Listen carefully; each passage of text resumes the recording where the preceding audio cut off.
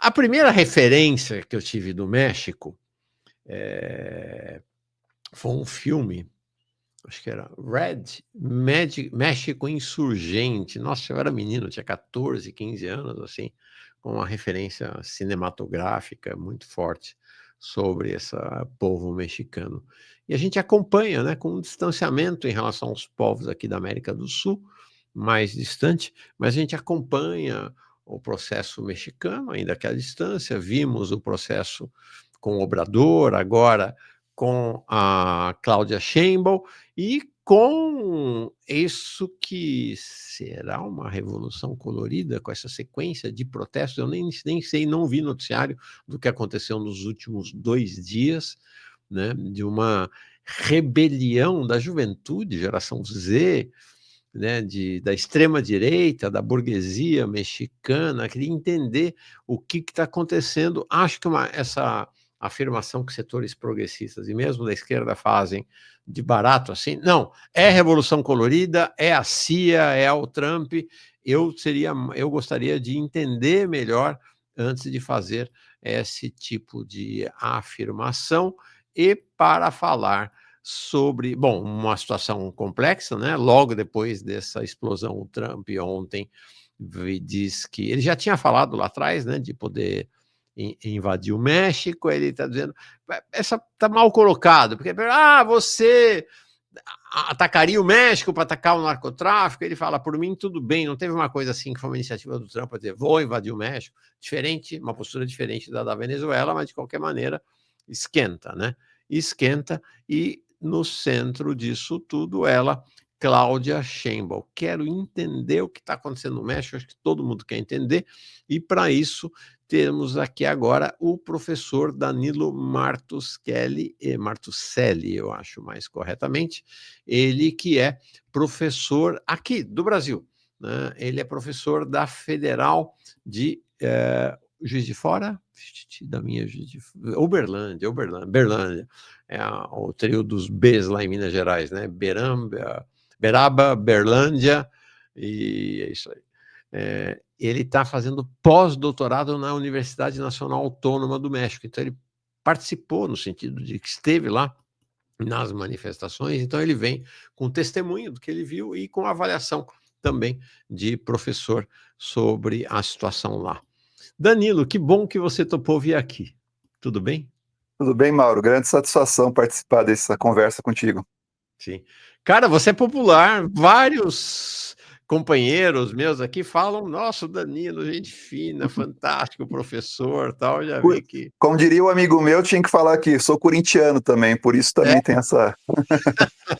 o Francisco falou, ele é gente boa, sobretudo porque é corintiano. Bom, o que está acontecendo no México? Ajuda a gente a entender esse processo mexicano nesse momento, Danilo. Mauro, eu acho que assim, primeiro, como você já indicou, acho que no começo da sua fala, há uma grande ignorância nossa, né, em relação à América Latina, mas especialmente ao México. Talvez a gente conheça mais a política argentina, uruguaia, chilena, mas quando fala de México, a distância é maior, né? E o México tem uma política, uma particularidade que funciona já há muito tempo com muitas camadas, né? As pirâmides, inclusive pré-hispânicas, né? Elas são construídas, cada povo ia lá construindo a sua nova camada, uma superposição de temporalidades, né? Que inclusive está no projeto da 4T, né? É 4T porque se entende que a quarta transformação, a primeira foi a independência, a segunda foi a reforma, que foi promovida pelo Benito Juárez, separação do Estado em relação à igreja, a terceira, a Revolução Mexicana, e a quarta, iniciada pelos governos de López Obrador, né, do Morena, e Cláudia Sheinbaum, né? E agora se fala até em segundo piso, né? Tanto tudo assim, uma etapas, camadas, né? E aí eu acho que tem três elementos fundamentais para a gente tratar aqui, né? A gente pode tratar por partes, né? Primeiro, a situação do governo do país. Segundo, a questão internacional. E terceiro, para entender, né? Esse pano de fundo para entender as manifestações. Quando a gente vai olhar para o governo da Cláudia Sheinbaum, o que a gente consegue identificar, né? Várias pesquisas mostram uma altíssima popularidade, né? Que oscila nas pesquisas entre 70% a 80% de aprovação. O governo, ao contrário do nosso governo no Brasil, né, o governo mexicano, tem alta capacidade de convocatória para mobilizações. Quando o Trump ameaçou com tarifaço no começo desse ano, em março, o governo convocou, mesmo que depois recuou o Trump, a Cláudia conseguiu colocar cerca de 200 mil pessoas, 150, 200 mil pessoas no Zócalo, né, que é a praça principal aqui da Cidade do México. Né. No informe do seu primeiro mandato, né, onde fala quais foram as realizações do governo, né, recentemente, também conseguiu colocar a mesma quantidade de pessoas. Né. Eu tive a oportunidade de participar do Dia da Independência aqui.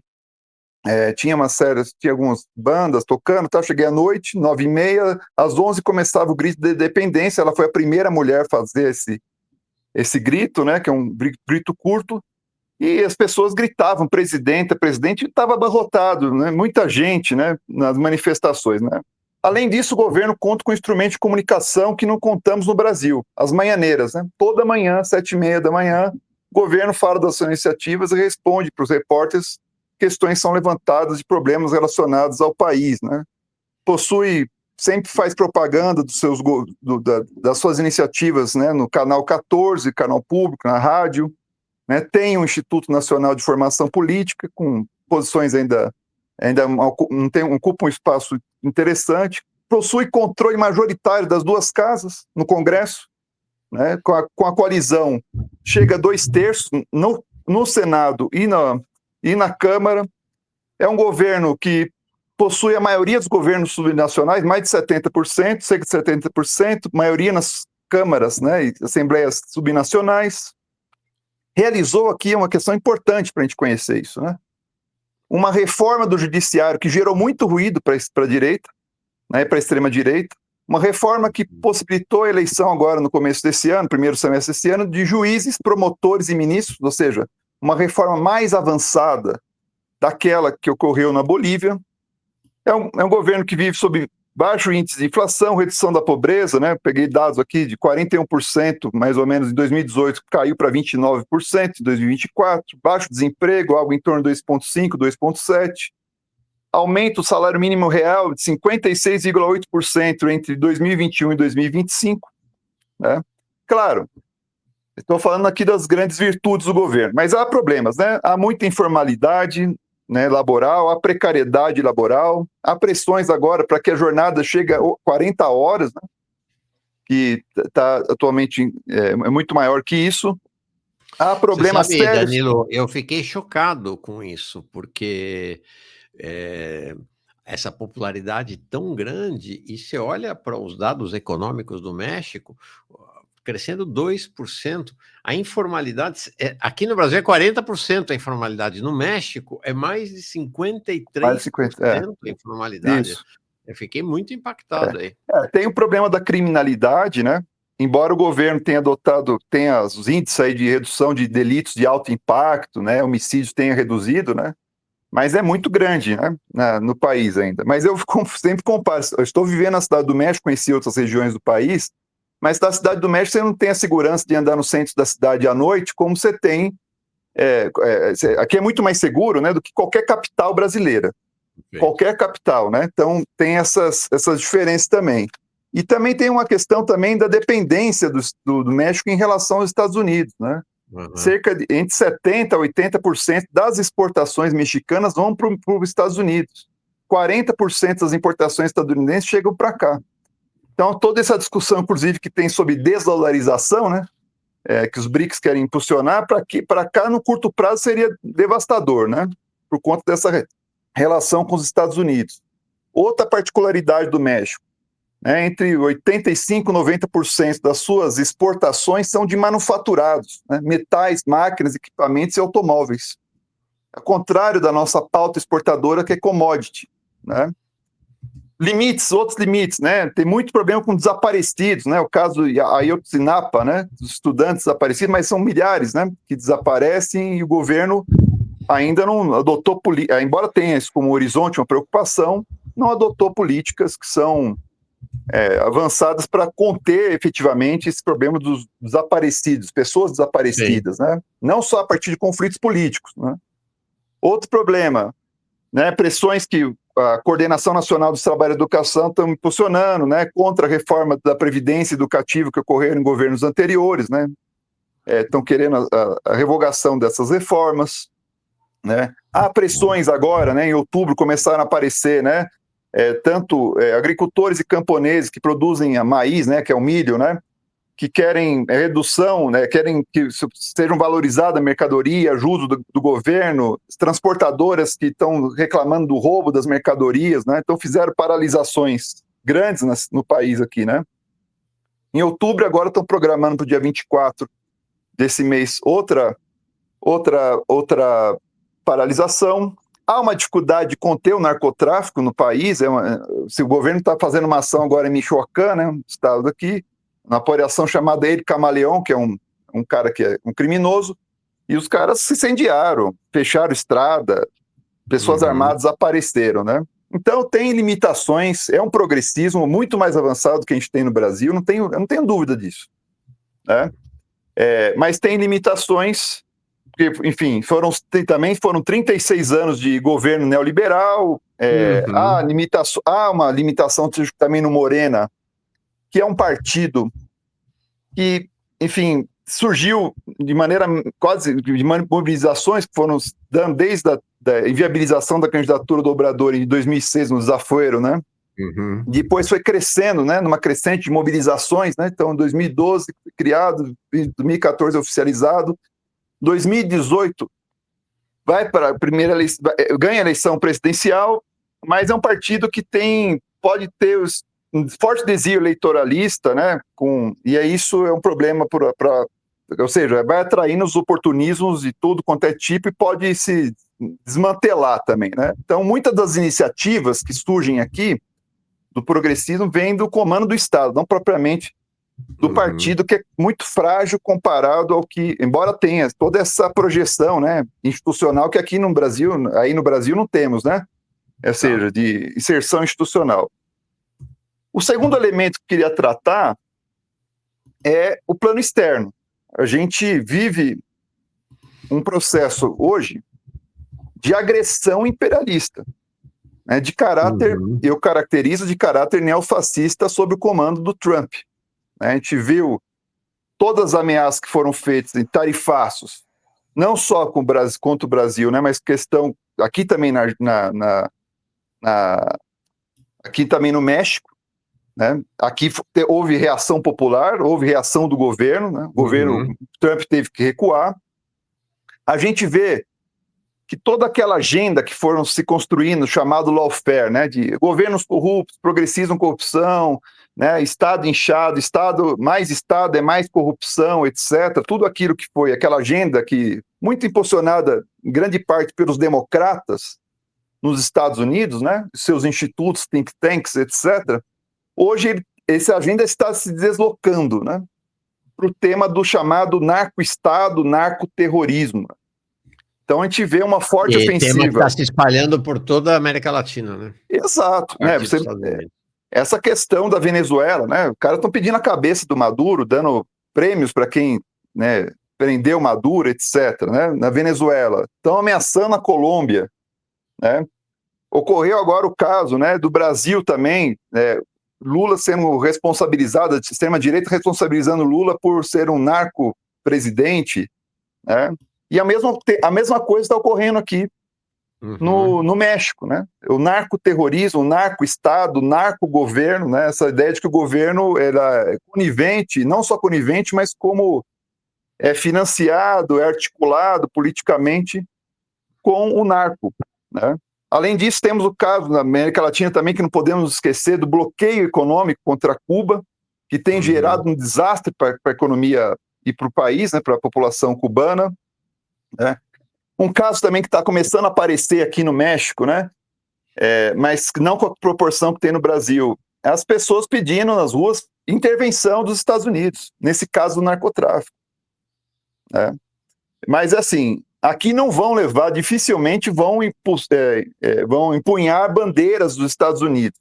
Né? Por quê? porque a questão do nacionalismo aqui é forte, é séria. Ninguém vai se atrever aqui a levantar a bandeira dos Estados Unidos, porque aí vai complicar a situação, né?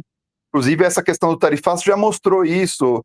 Os atos que têm relacionados com símbolos nacionais são muito apropriados pelo povo mexicano, né? Dia da Independência, todo mundo coloca sua bandeirinha nas ruas, nas suas casas, nos automóveis. A questão nacional aqui não é uma questão menor. Tem uma história de uma revolução, uma reforma agrária, uma revolução agrária, né, no país, né? E então, portanto, mas há forças hoje, né, que dado uma certa incapacidade hegemônica, né, porque é isso, né? Não tem Congresso, não tem o governo federal, não tem os governos subnacionais, ou seja, não tem a maioria, pelo menos, né? Perderam o controle que tinha sobre o judiciário, que passou a ser eleito, juízes, promotores e ministros são eleitos. O presidente do Congresso, da Corte Suprema é um indígena, né? Então bagunçou um pouco o cenário, ou seja, há uma certa incapacidade, mas claro, tem poder econômico, né? A direita, a extrema-direita, tem poder da mídia, né? Inclusive num caso recente, né, envolvendo o empresário Ricardo Salinas Pliego, ele vai ter que pagar agora, a Corte foi decisão final da Corte Suprema, né, uma multa por evasão fiscal. Né? E ele é dono, quem que é esse cara? Ele é dono de um dos principais canais, né, de televisivos aqui, que chama Grupo Azteca, canais midiáticos, né? Está tendo um papel-chave aí, né, na campanha contra a Cláudia Sheinbaum. Claro, né, claro. Não, aí é o repertório, né? Seja, mudou a consigna, né? Mas, embora falam de corrupção também, né? Mas agora é narco-estado, insegurança, né? Mas esse grupo, o Grupo Televisa também, um grupo importante, né? Tem incentivado, dado visibilidade, né? Tem questionado, né? Que o governo, na verdade, as manifestações sofreram violência do governo, etc., né? E aí, justamente, eu queria entrar nas questões das manifestações. Né? Isso. Primeira questão que observar, né? Tanto comparativamente, que é o que o governo conseguiu fazer até agora, de convocar atos convocatórios, né? As manifestações atuais são infinitamente menores. Elas se projetaram em várias cidades do país, mas de maneira muito pequena. Em outras cidades, teve até queima da entrada de um palácio, né? No governo do estado de Jalisco, né? E aqui concentrou pela estatística, que foi indicado pela cidade, aqui 17 mil manifestantes. Isso é muito inferior ao que o governo tem conseguido colocar na rua.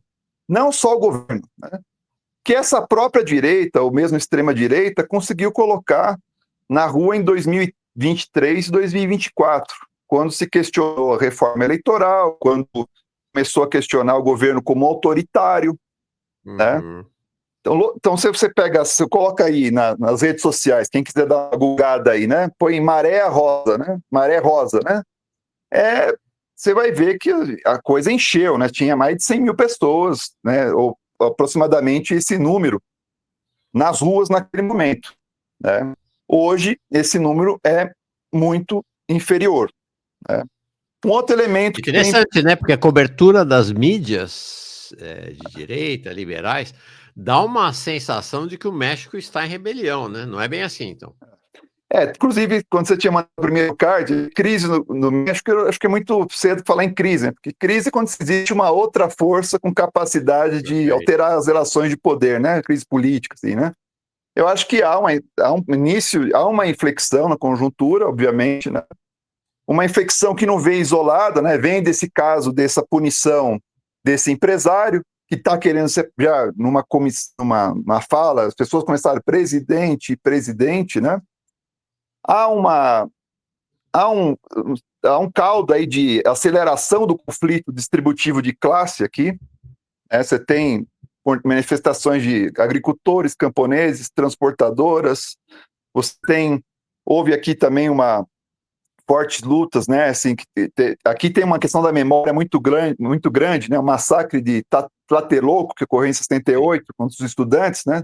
Todo ano tem um ato de memória. Esse ano foi bastante massivo e teve os encapuzados, e aí alguns falam que infiltrados, né? Que foram lá e atacaram o palácio, né? Com bombas, etc., né? Você tem tentativas, né? De renovação de certos partidos, como o PAN, né, que foi já governo também, depois de 70 anos do PRI, o PAN governou aqui, e tenta se apresentar agora como um partido renovado, etc. Mas o fato é o seguinte, né, você tem, então, e aí você tem o que a própria presidenta denunciou, né, o número de bots que foram criados, né, falaram em algo em torno de 90 milhões, foi necessário ter um recurso de 90 milhões de pesos mexicanos, né, que dá mais ou menos que uns 26 milhões em reais, né, para impulsionar esses bots. Mas eu não acho que é uma, como alguns falaram, né, uma manifestação artificial. Não, é uma manifestação organizada. Você pode falar que os lemas, geração Z, por exemplo, que muita gente está discutindo, mas não era geração Z, o pessoal era mais velho, né? Tinha mais de 40 anos. Você pode falar, considerar isso, né? Mas isso não é, a meu ver, não é o mais importante para ser o discutido aqui, né? Ou seja, os lemas são isso, as pessoas tentam capturar a maior parte da população, às vezes com discursos que são mais do senso comum, mais abrangentes, né? Como foi o caso da corrupção, né? Quem é a favor da corrupção, né? Então é isso. Tema da insegurança, tema que agora há uma juventude revoltada, né? Que vai ocupar as ruas, né? Mas o fato é o seguinte, né? O que está por trás de toda essa trama? Isso. Aí que é o elemento, ou seja, esse ato ele foi convocado por páginas de direita, extrema direita, por setores políticos do PAN, do PRI, de alguma maneira do PRD, né, que são os partidos que sofreram nesse processo de ascensão do Moreno, um processo de crise de representação, né? Só que ao contrário do Brasil, a crise de representação desembocou na ascensão do Bolsonaro, né, os partidos tradicionais, PSDB, PMDB, aqui desembocou numa força progressista, né? Os grupos autonomistas urbanos, mas especialmente rural, que teve uma projeção, né, camponês, né, indígena, que era representado pelos zapatistas, também saíram de cena, são marcados por uma profunda capacidade hegemônica de se projetar no debate nacional, né? Então, o Moreno ocupou esse espaço, e aí vem toda essa reação, né? Vem essa reação dessas forças que estão com dificuldade de ocupação do espaço institucional, mesmo com todas aquelas mobilizações da Maré Rosa, perder as eleições presidenciais e perder as outras eleições legislativas, perder a discussão sobre a reforma do judiciário. E aí acho que a solução é a violência, né? Tem aqui um jornalista que tem um canal muito interessante, que eu recomendo, né? Que não é governista, é progressista e tem muitas também críticas, faz muitas ponderações críticas em relação ao governo, chamado Júlio Astilheiro, né? Com 2 L's, né? Ele caracterizou essas manifestações, e eu concordo com a caracterização que ele faz, como violência convocada, né? Porque se é fato que a manifestação do dia 15, agora... Opa, deu uma congelada na imagem do Danilo aqui. Danilo? Caiu, Tá. Mauro?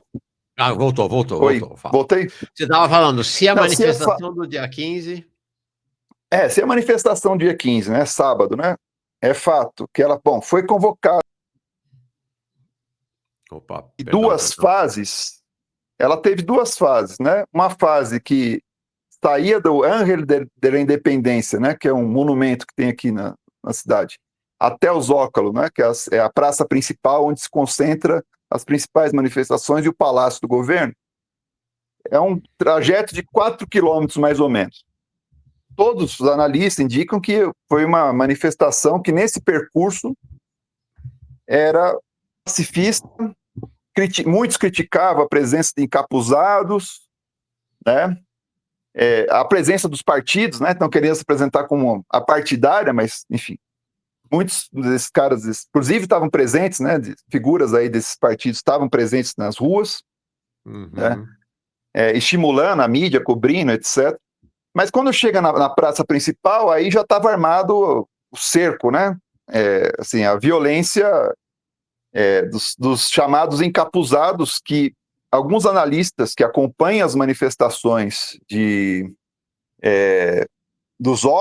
aqui no México, né, indicaram o seguinte: bom, esses caras não eram os encapuzados black blocs, né, que a gente conhece.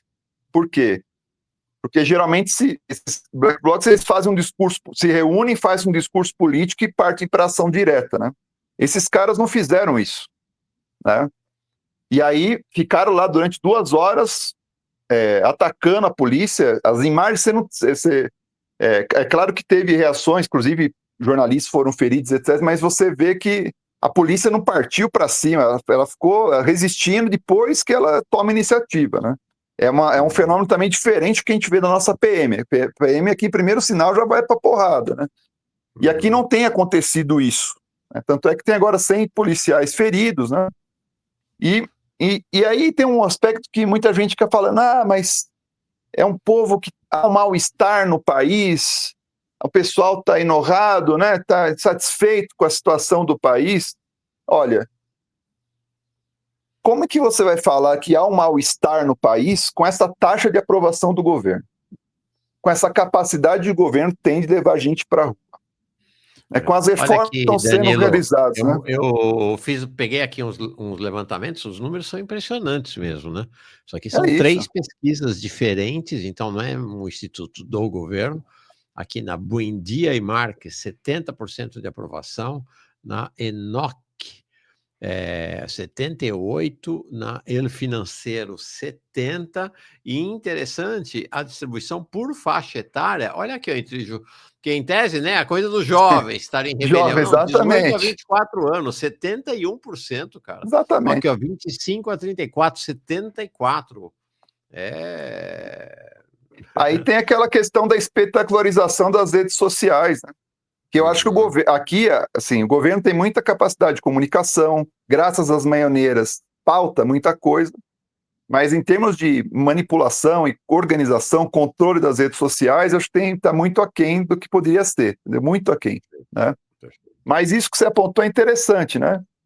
Ou seja, inclusive tem uma pesquisa que do El País falava em 80%, né? Acho que a pesquisa foi feita em setembro, outubro, uma coisa assim, né? Enfim. O que eu acho que dá, como que a gente pode caracterizar a natureza dessas manifestações? Primeiro, eu acho que são manifestações de caráter profundamente reacionário. É assim que eu caracterizo, ou seja, é um mal-estar que está sendo fabricado por setores que estão tendo dificuldade de ter projeção política, né? Ou seja, que pela via eleitoral não estão sendo bem-sucedidos, né, que estão perdendo espaço institucional, né, e que realizaram isso que o Júlio Castilheiro chamou de violência convocada. Perfeito. Né? Eu acho que... E aí, o que você vê ali? Você vê, veja, né, o estopim, ou seja, já vinham os bolts alimentando as redes contra o governo, né? Um discurso que antes era propriamente só contra o autoritarismo do governo, contra o suposto, que aqui não fala aparelhamento, eles não têm essa expressão, mas é isso, né? O governo está aparelhando, o governo vai criar uma ditadura, né? Então, esse é um delírio total, né? Então, o governo tem presença popular, tem organização, né? Nas diferentes partes do país, né? E isso cria dificuldades, né? Ou seja, essas forças neoliberais, ortodoxas, foram deslegitimadas. E o governo veio com uma alternativa, com um caráter mais, uma perspectiva mais nacional popular, né, enfim.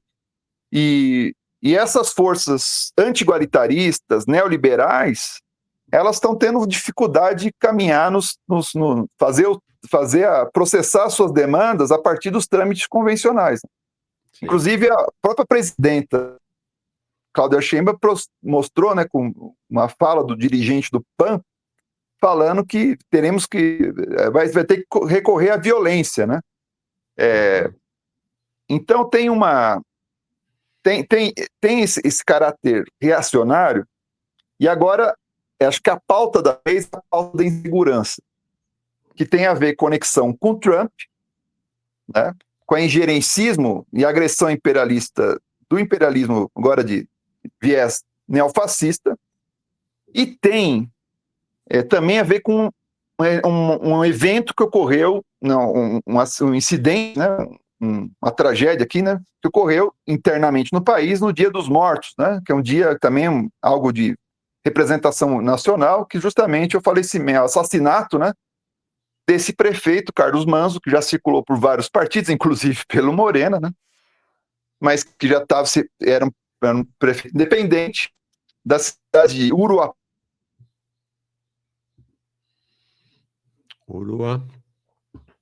A cidade dele, Vocês deixa eu caiu ver mal. aqui. Deu uma congelada, mas já Opa, voltou. A voltou? cidade dele é Uruapan, né? Uruapan, no México, é uma cidade pequena, né? Em Michoacán, foi assassinado, e era o Bukele, né? De Michoacán, né? Era o Bukele. Inclusive, vários, vendo até coisas na internet, né? Até tinha uma família e um menino segurando, assim, Carlos Manzo, nosso Bukele, né? E isso apareceu nas falas, né? Ou seja, o pessoal que está lá não critica o governo porque quer implementar uma agenda progressista. Não tem nem sequer, porque o ano que vem também vai ter Copa, né? E isso vai complicar, pode complicar a situação do país, né? Enfim, essas mobilizações que vão... Porque aqui também está tendo um problema muito grande no país, e teve manifestações, né, da chamada gentrificação, né? Os preços dos aluguéis muito caros, muito decorrentes, às vezes, de vinda de pessoas que vêm dos Estados Unidos ou da Europa, mas principalmente dos Estados Unidos, morar aqui, os preços dos aluguéis estão em escala alta, né?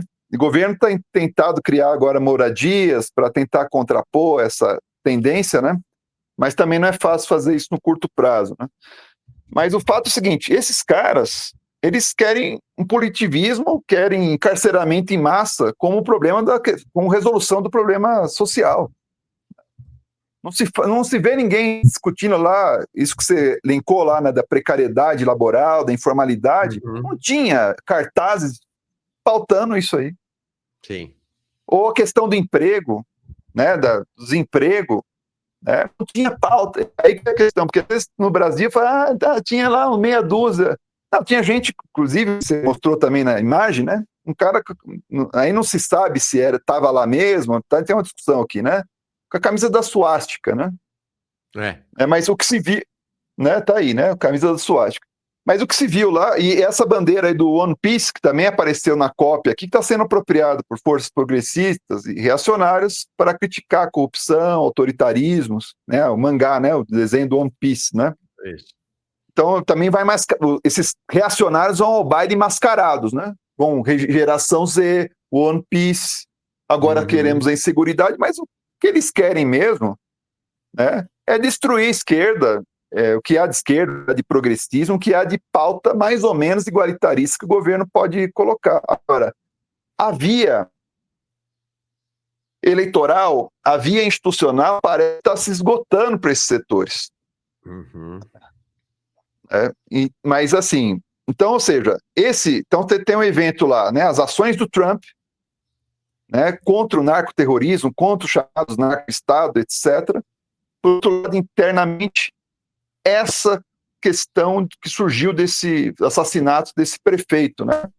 Então, foi um momento que fez surgir ou seja, essa ebulição, além das ações dos Bolts, né? Também na manhãneira de quinta passada, né? Tem inclusive alguns trechos na internet, né?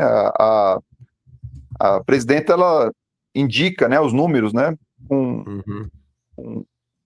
Que houve uma alteração aí nas redes. Mas assim, mesmo aí muitos falam assim, aqui não é revolução, não é ação de Bolt só não, aqui é gente, é o povo na rua, né? Bom, mesmo que isso seja verdadeiro, né, ou seja, que a gente que alguns ficam falando, ou seja, que é só artificial, que é criado na rede, etc. Mas o fato é o seguinte, o governo tem que se preocupar, e as forças progressistas, com as redes, né? Porque as redes são hoje capazes de superdimensionar fenômenos que, como eu falei, né, uma manifestação que, segundo a contabilidade, né, do governo local, é 17 mil manifestantes. Sim. É menor do que, muito menor, é visível, assim, ó. Você pega os óculos, né, que é a praça principal, você vê as fotos de cima, não enche, né? Agora, o que está se colocando agora, né, na conjuntura é o seguinte, né, já convocaram um segundo ato, né? Então é aquela coisa enfim, de fazer tudo de uma vez segundo só, ato né? convocado agora para os próximos Já, dias? dia 20, que é um feriado aqui nacional, que é o dia da Revolução. Não sei se o governo vai manter as festividades, porque aqui é uma questão muito séria, essas datas, né? Dia dos Mortos, Dia da Independência, Dia da Revolução, né? São dias que o país para, os sentimentos nacionais se manifestam nas ruas, né? E não sei o que vai dar nisso, né? Agora, o que é interessante é isso, né? Começam a se produzir reflexões, né? Os canais progressistas, etc., de que pode se transformar numa nova Venezuela, né? Ou seja, dos fenômenos das guarimbas, né? Inclusive, essa geração Z, esses sites aí estão, inicialmente colocaram coisa da Maria Corina Machado, né? Isso. Como uma referência, né, enorme, contra o autoritarismo, contra a ditadura do Morena, etc., né? Contra o narco-estado. Então, essa bandeira, né, autoritarismo com narco-estado ou narco-governo, tem se pronunciado. Agora, não sei se vai conseguir ser eficaz esse discurso, por Sim. conta da situação que, com toda a precariedade, com todos os elementos que a gente já discutiu aqui, se tem condições desse mal-estar fabricado ele ganhar uma dimensão para além dessa percentual que eles têm, né? O que pode ocorrer, na minha visão, é aquilo que o Gramsci e outros marxistas também chamaram a atenção há muito tempo, né? Ou seja, o movimento de extrema-direita de natureza neofascista, ou fascista no seu tempo clássico, ele não é propriamente um movimento burguês, né? Ele é um movimento, claro, às vezes financiado, né? Apoiado financeiramente pela burguesia para levar a cabo os seus interesses, inclusive que as ditaduras foram ditaduras burguesas, do grande capital, foi isso que aconteceu. Os governos, também Bolsonaro, Trump, são governos do grande capital, isso não tem dúvida. Agora, o movimento, não. O movimento consegue nuclear, organizar setores da classe média, da pequena burguesia, né? E eles podem perder o controle. Então, o Gramsci falava, né, que eles querem, né, a burguesia quer instrumentalizar esse movimento. Né, tem uma carta, tem um texto do Gramsci, não assinado por ele, mas está numa coletânea dele, né, chamado A Queda do Fascismo, né? Ele publicou esse texto no final de 24, no Ordine Novo, né, que era um jornal na Itália, né? E aí falava, a burguesia quer instrumentalizar, mas uma vez que você desencadeia esse movimento, é difícil de segurar. Difícil de segurar como o diabo, né? Ele fala assim, é difícil de controlar. Eles têm uma dinâmica própria e é isso que pode acontecer aqui no México. Ou seja, aquilo que foi, de alguma maneira, orquestrado pelos partidos e forças da direita tradicional, né, pode ser ultrapassado pelos fatos. Né? Sim. E podemos ter uma ascensão, mas assim, vamos ver o que vai acontecer na quinta-feira, né? Tá bom. E depois as respostas que o governo vai dar e as forças progressistas locais, também o que vai ter de mobilização em outras forças realizadas por outras forças populares, né? Mas os emblemas que eles estão utilizando aqui, assim, essa questão da guarimba, acho que está no horizonte. A convocatória deles, agora, parece lá, né? México não se rende, que é a mesma coisa que aconteceu na Bolívia no golpe contra o Evo Morales. Bolívia não se rende. Inclusive, eu tenho um livro que trouxe para cá, estou pesquisando a Bolívia também. Bolívia não se rende, né? Então, ou seja, quando a gente analisa um movimento como esse, é necessário discutir a sua natureza. Porque muitas vezes as pessoas que falam, é geração Z, não é geração Z. Bom, pode ser uma geração Z neofascista, e aí? E se for a juventude mesmo neofascista nas ruas? Né? Tem que discutir a natureza. A natureza é um movimento de natureza reacionário. As pautas punitivismo, encarceramento, insegurança, né? Crítica à direita do suposto autoritarismo do governo, não para implementar uma democracia mais ampla para as massas populares, mas para restringi-la. São forças que, por mais que não apresente o seu programa abertamente, né, de maneira global, do que querem colocar para o Estado, a gente sabe da sua história, que são forças profundamente articuladas a programas anti-igualitaristas, neoliberais ortodoxos. Tá? É isso que está colocado. É isso que eu visualizo nessas manifestações. Né? É como você falou, né? O processo está em curso, né? E o processo está em curso, me parece que ainda sem as suas cores definitivas, está se definindo. Então, pelo que você está falando, me parece prematuro qualificar o que está acontecendo aí como uma revolução colorida, né? Pelo menos por enquanto. Eu tenho um certo problema com essas caracterizações de revolução colorida e guerra híbrida. Porque são definições que muitas vezes se colocam na forma como o movimento realiza suas ações, né? Então é isso, né? Trabalho de psicologia de massas, né? Trabalho que não é propriamente colocar uma luta armada propriamente dita, né? Você vai conquistando a população, utiliza de canais de redes sociais, etc. Mas aqui a gente está falando da forma. Só que essa forma adotada, ela tem a ver muitas vezes com a correlação de forças. Né? Tem a ver com correlação de forças. Então, de repente, daqui a pouco a coisa pode descambar, os militares, uma parte se dividir e focar contra o governo. Isso aconteceu. Eu acho que não vai acontecer, não vejo isso no horizonte de curto prazo. Isso aconteceu na Bolívia.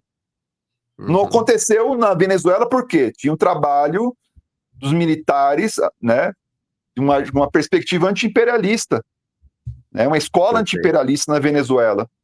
Né? Mas veja, isso é forma, isso é uma consequência do projeto. Né? Ou seja, qual que é a primeira questão que a gente tem que perguntar é o seguinte, né? Qual que é o programa político que esses caras defendem? Não dá para identificar, são várias pautas simultâneas. Não, quem são os organizadores? Quem estão ali, quem está convocando, pô? A gente conhece a história desse pessoal. Né? Já sabe, é a mesma coisa, você vai ver uma figura aí, né, de forças no Brasil, né, organizando, não sei muito bem, não, acho que é uma revolta da cidadania e etc, né? Não dá, né?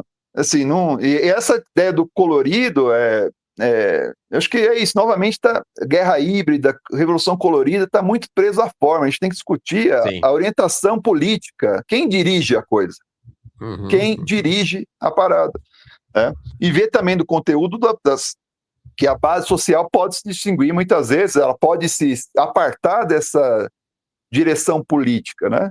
E querer exigir mais coisas do que esses. Inclusive é isso, né? Ou seja, às vezes é isso, né? Tentaram pela via institucional, não foi possível ocupar posições, vamos para a violência.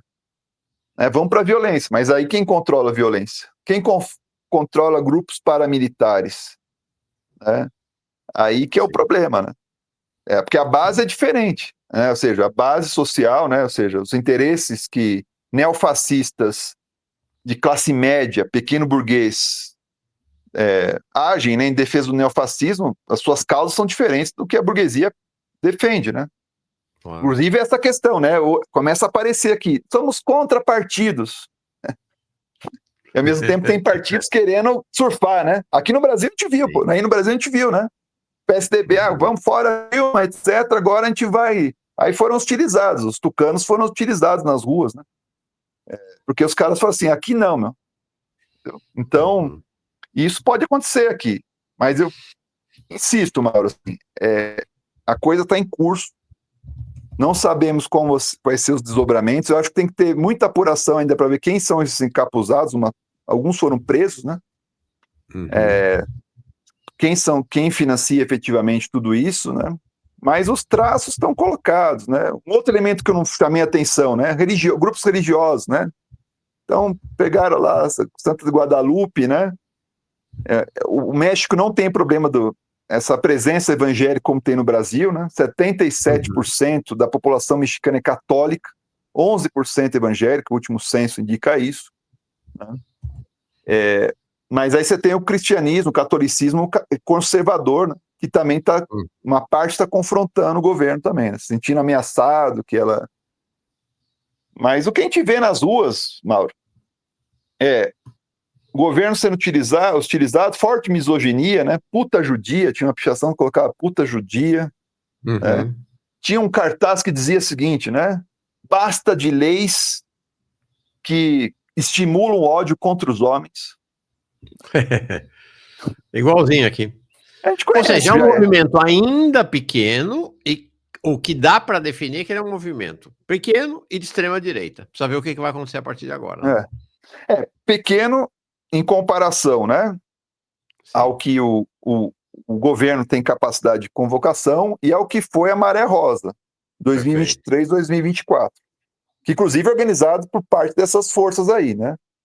Que estavam nas mobilizações, né? Enfim, mas às vezes é isso, né? Consegue fazer muito barulho, ganhar muita projeção nas redes. Sim. É isso. Agora, uma outra questão que eu queria te perguntar é porque um elemento das chamadas, né? Eu também não gosto desse nome, né? Revolução Colorida, Guerra Híbrida, essas coisas todas, acho que são boas invenções, mas tem pouca conexão efetivamente com a realidade e precisa olhar o que está acontecendo, né? Até antes de botar a etiqueta, né? Uma outra questão é que há uma leitura, uma interpretação, não sei se apressada ou não, de que tem o dedo do Trump.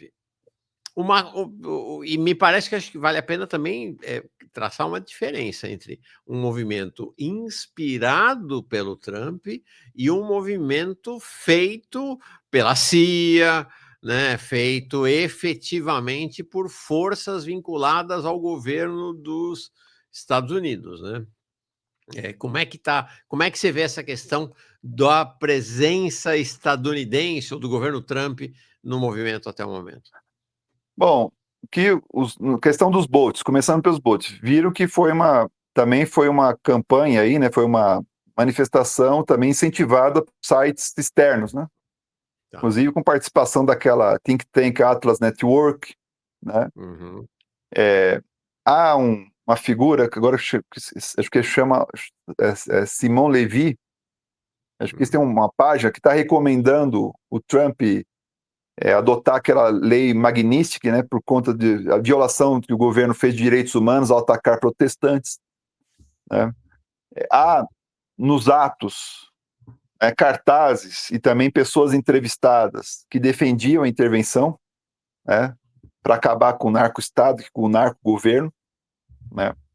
Então há muitas evidências, né? E aí a gente sabe, claro que essa questão da CIA, isso aí vai ser descoberto de maneira, assim, pode ser descoberto de maneira, assim, de maneira mais visível, né? Mais adiante, porque agora no rolar dos acontecimentos não vai ser comprovado claramente isso, né? Mas se vê que é o seguinte, né? Só a presença do trumpismo, ela exerce um papel de agitação muito grande, né? Porque Sim, quando a pessoa fala o seguinte, que o governo dos Estados Unidos tem que intervir aqui, está apoiando o Trump também, aquela claro. liderança, né? Uhum. Então essas conexões elas existem. Essas conexões elas existem. E o que a gente tem visto na América Latina é cada vez mais essas forças de extrema direita, neofascistas, defendendo abertamente a intervenção, né? Isso. Aquela Corina Machado fez isso, pô.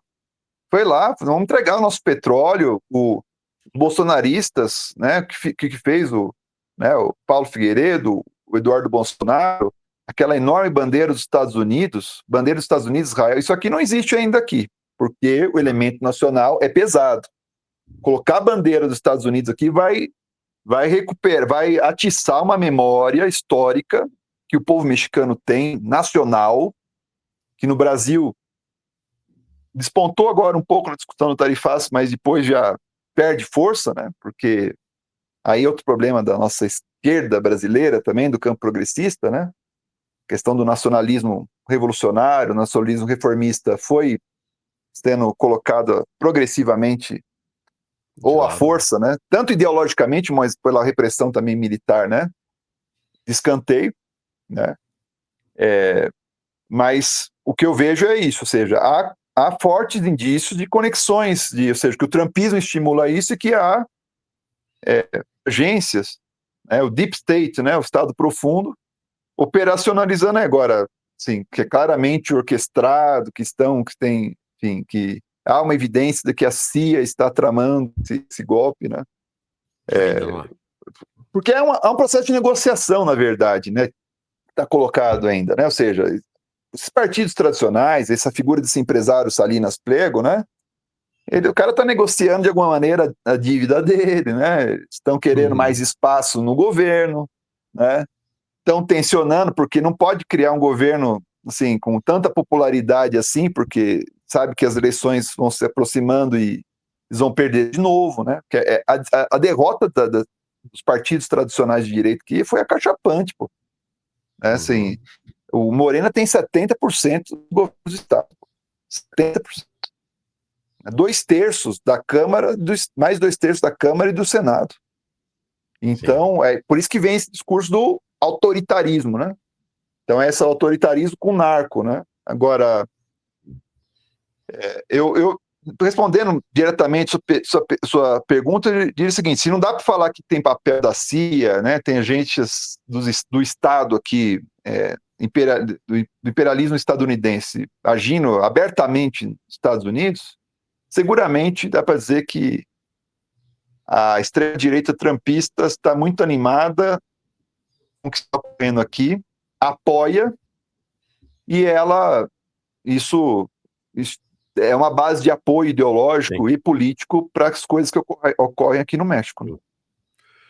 Né? O que nós podemos fazer aqui é rezar para a extrema-direita brasileira mandar o Eduardo Bolsonaro para ele, liquida com esse movimento em 2 tempos. Uma última questão do meu lado, antes de te entregar para você trazer... Não, 2 questões. A primeira é, López Obrador tem algum papel relevante nesse momento ou ele está recolhido? Aqui tem uma história que é muito interessante, que aqui não existe reeleição, né? Depois dos 30 anos da ditadura porfiriato, né? Aqui tem os mandatos são de 6 anos, né? Chamados sexênios, né? Por isso que fala sexênios. E você não tem reeleição, né? Mesmo que nenhum presidente depois do Porfírio Dias governou por mais de um mandato. Né? Tá. E também não está no horizonte do governo aprovar qualquer política de reeleição. Tá. Né? Inclusive o governo ele colocou lá, o López Obrador defendeu uma reforma na Constituição para colocar lá a possibilidade de revogação se os eleitores assim entenderem, né? Que tem que ser chamado um plebiscito para pensar em revogação do mandato durante o mandato. Algo muito melhor do que a gente tem no Brasil, esse impeachment que fica na mão do parlamento. O López Obrador, você vai encontrar entrevistas dele, né? Tem uma entrevista que ele faz para aquela esqueci o nome dela, Finigenova, né? Que é uma russa que trabalha numa plataforma chamada Labase, agora Latinoamérica. Aliás, esse canal é muito interessante ser assistido também, tem muitos programas interessantes ali, né? E ele faz uma entrevista e ele fala, não, tô saindo, tô de fora, né? Tô de fora, cancelei, não tenho perspectiva de me candidatar para mais nada, né? Isso faltando alguns meses para terminar o governo dele, né? É claro que ele deve estar aconselhando, deve ter uma conversa com a Cláudia, porque é a principal liderança, né? ou Sim. seja, aquela que promoveu a ascensão do Moreno, né? Tem um papel articulador fundamental, tem muita aceitação, não gosto de falar de carisma, mas tem muito apoio popular, né? O obradorismo é um fenômeno que é diferente do lulismo, né? O obradorismo teve um papel mobilizador, né? O lulismo não tem esse papel mobilizador, né? E tem um lema que o Obrador levantou, né, seu mandato, né, que é o seguinte: para o bem de todos, primeiro os pobres, né? Oh, que legal. Ele levantou, é um lema igualitarista, né? Vamos chamar assim, ainda que não seja socialista, não é marxista, não é nada disso, mas é uma pauta. Mas eu acho que assim, ele tem um papel, uma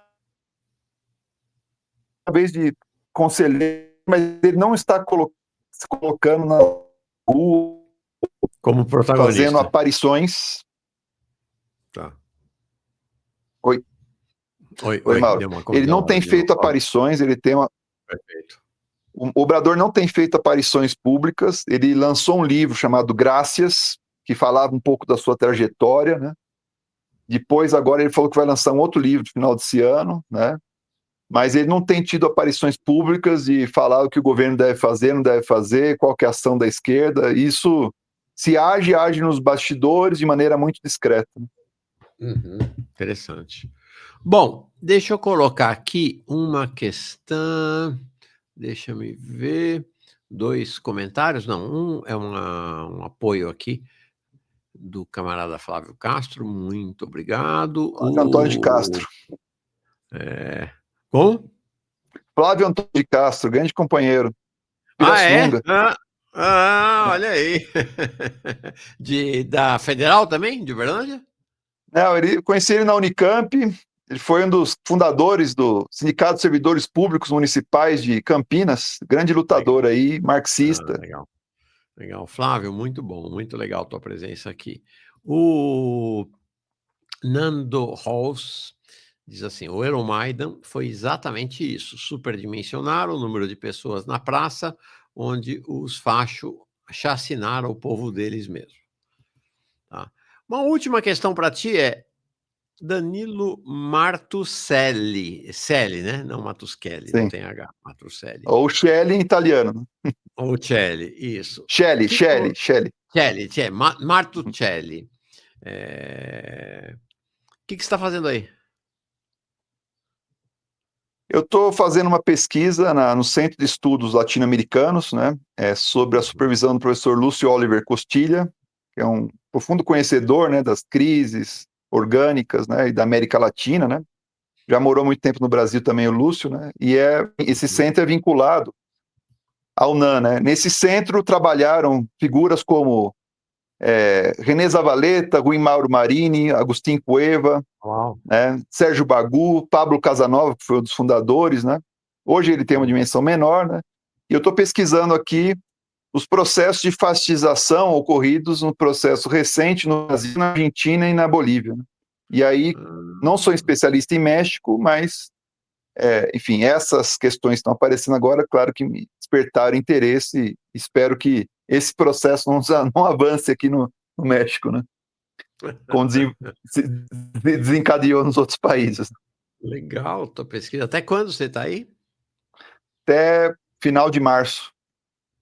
Legal. Puxa, essa questão do teu estudo é muito interessante. A gente podia agendar, se você topar, mais adiante, uma entrevista sobre o seu projeto, até porque eu acho que ele, né, a gente está nesse momento no Brasil com uma crise do setor hegemônico da extrema-direita, né, que é o bolsonarismo, né, especialmente do clã Bolsonaro, propriamente dito, mas o tema da extrema-direita continua a atravessar os nossos países, né? Seria dos fascistas, aí continua a atravessar, né? Eu acho que muita gente fica pensando muito em características psicológicas da família, individualizando as lideranças, né, carisma ou não. A gente tem que pensar mais em processos. E eu acho que identificar também as cisões, né? O Gramsci, quem leu, tem um livro do Gramsci que tem em espanhol e italiano, né, chamado Sobre o Fascismo, sobre ele fascismo, né? É muito interessante como vai indicar ali as divisões que estão no interior da burguesia, divisões que se dão no interior do fascismo, e ele fala assim, os marxistas têm que ficar atento para, mais ou menos ele está indicando isso, né? Para Uhum. explorar essas divisões, né? Porque essas divisões podem ser, inclusive, momentâneas e serem resolvidas lá adiante, né? Como foi o caso do fascismo italiano, né? Que inicialmente também produziu divisões, mas depois conseguiu uma coesão capaz de tomar o Estado, vamos chamar assim, de implementar a ditadura. Né? Sim. Mesmo que é o que você falou. Tem muita coisa de um jornalismo feito revista de fofoca, mas isso importa menos para quem está pensando realmente o projeto de país, não ajuda eventualmente a vender jornal, porque essa é uma característica que você vai ter na Itália, no fascismo, que você vai ter na Alemanha, no nazismo, essa coisa da divisão interna, da luta interna, inclusive violenta, virulenta, né? No interior dos agrupamentos fascistas pela hegemonia, é uma característica que através... Né? Luta interna tem em todo canto, né?